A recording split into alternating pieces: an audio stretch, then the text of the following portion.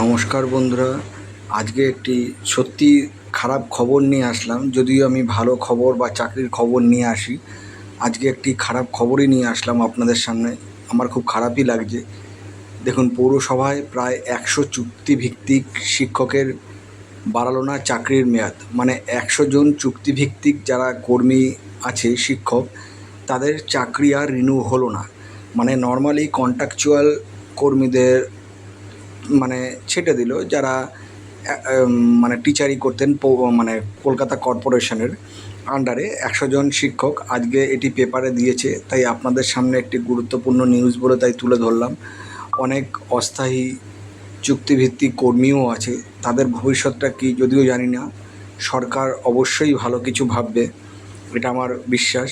নতুন সরকার যে এসছে, তারা এইভাবে কাউকে হয়তো বসাবে না। তাদের পরিকল্পনা অনেক ভালো। আমাদের মুখ্যমন্ত্রী হয়েছেন যে এখন, তিনি মানুষের জনদরদি এবং এটা করবে না। কিন্তু আপাতত যেটা দিয়েছে যে আজকে পৌরসভায় 100 জন চুক্তিভিত্তিক কর্মীদের তাদের আর চুক্তি রিনিউ করলো না, তার মানে তাদের চাকরি চলে গেল। এবার পরবর্তীকালে সরকার হয়তো অবশ্যই বিবেচনা করবে যে চাকরিটা থাকবে কি থাকবে না। কিন্তু আজকে যেহেতু পেপারে দিয়েছে, তাই আপনাদের সামনে এটি তুলে ধরলাম। যদিও আমার খুব খারাপ লাগছে এই খবরটা শুনে।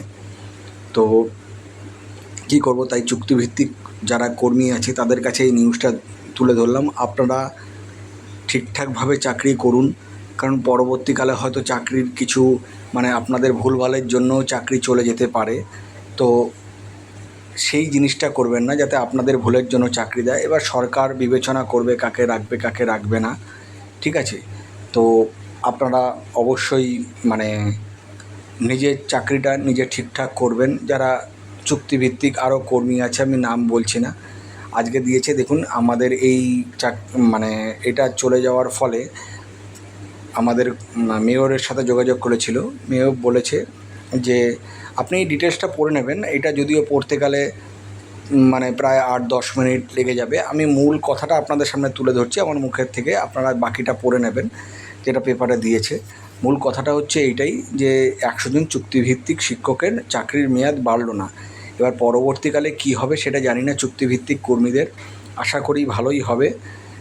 তাও যারা চুক্তিভিত্তিক আছেন, আমি অনুরোধ করব তারা নিজেদের কাজটা ঠিকঠাক করবেন, যাতে আপনাদের ভুলের জন্য যাতে আপনাদের চাকরি চলে না যায়, সেটাই আপনাদের কাছে অনুরোধ। এই নিউজটা এই জন্যই দেওয়ার জন্য। নমস্কার বন্ধুরা, ভালো থাকবেন, সুস্থ থাকবেন, আমার চ্যানেলটিকে সাবস্ক্রাইব করে রাখবেন।